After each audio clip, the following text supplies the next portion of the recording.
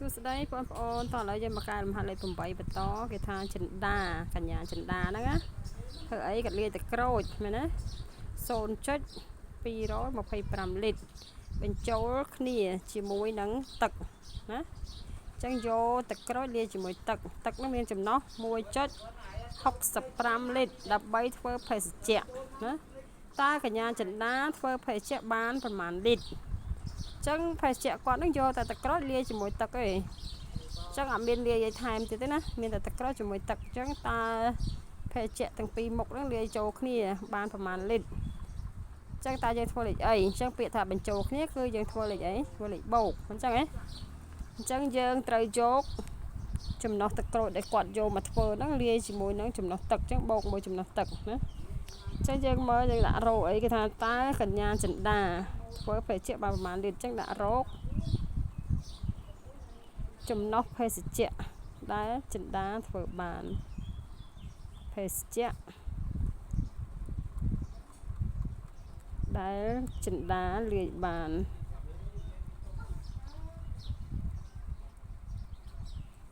ចឹងគេត្រូវយកចំណុះទឹកក្រូចមាន 0.225 ចឹងគិតជាលីត្រចំណែកចំណុះទឹកនេះក៏គិតជាលីត្រអញ្ចឹងយកបាញ់បែកខ្នាតទេគឺយើងបូកយកតែម្ដង 1.65 លីត្រដែរអញ្ចឹងយើងបូកមក5នេះយើងត្រៀបវានៅក្រោមនេះណាអ្នកគ្រូត្រៀបឲ្យមើលអញ្ចឹងគឺយើងយកមួយនេះអ្នកគ្រូសេថាដើម្បីកុំឲ្យយើងនេះណាសេថាយើងឲ្យយើងបូកសាកមើល6អានេះ5អញ្ចឹងហ៎អញ្ចឹងយើងបូកមកយើងបូកថាមក5នេះអត់មានបូកទម្លាក់2បូក5បាន7 2បូក6បាន8អញ្ចឹងកន្លែងនេះបាន8ហើយ0ចុចដែរឃើញ 0.875 លីត្រ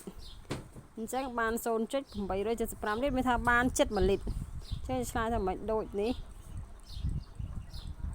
ចិន្តាធ្វើភេសជ្ជៈបានចិន្តាធ្វើភេសជ្ជៈបាន 0.875 លីត្រមានន័យថាចិត្តស្មើ1លីត្រអញ្ចឹងយើងគូចម្លើយមកគូប្រអប់អញ្ចឹងអានេះជាលំហាត់សំណួរ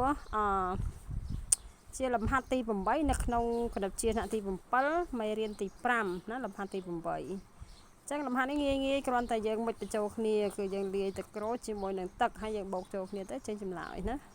ចឹងអរគុណបើសិនជាកន្លែងណាបងអូនតាមអត់តាន់បងអូនអាច comment សួរអ្នកគ្រូបន្ថែមណាកុំភ្លេចជាចុងក្រោយណាជួយ subscribe channel អ្នកគ្រូផងបើយល់ថាមានប្រយោជន៍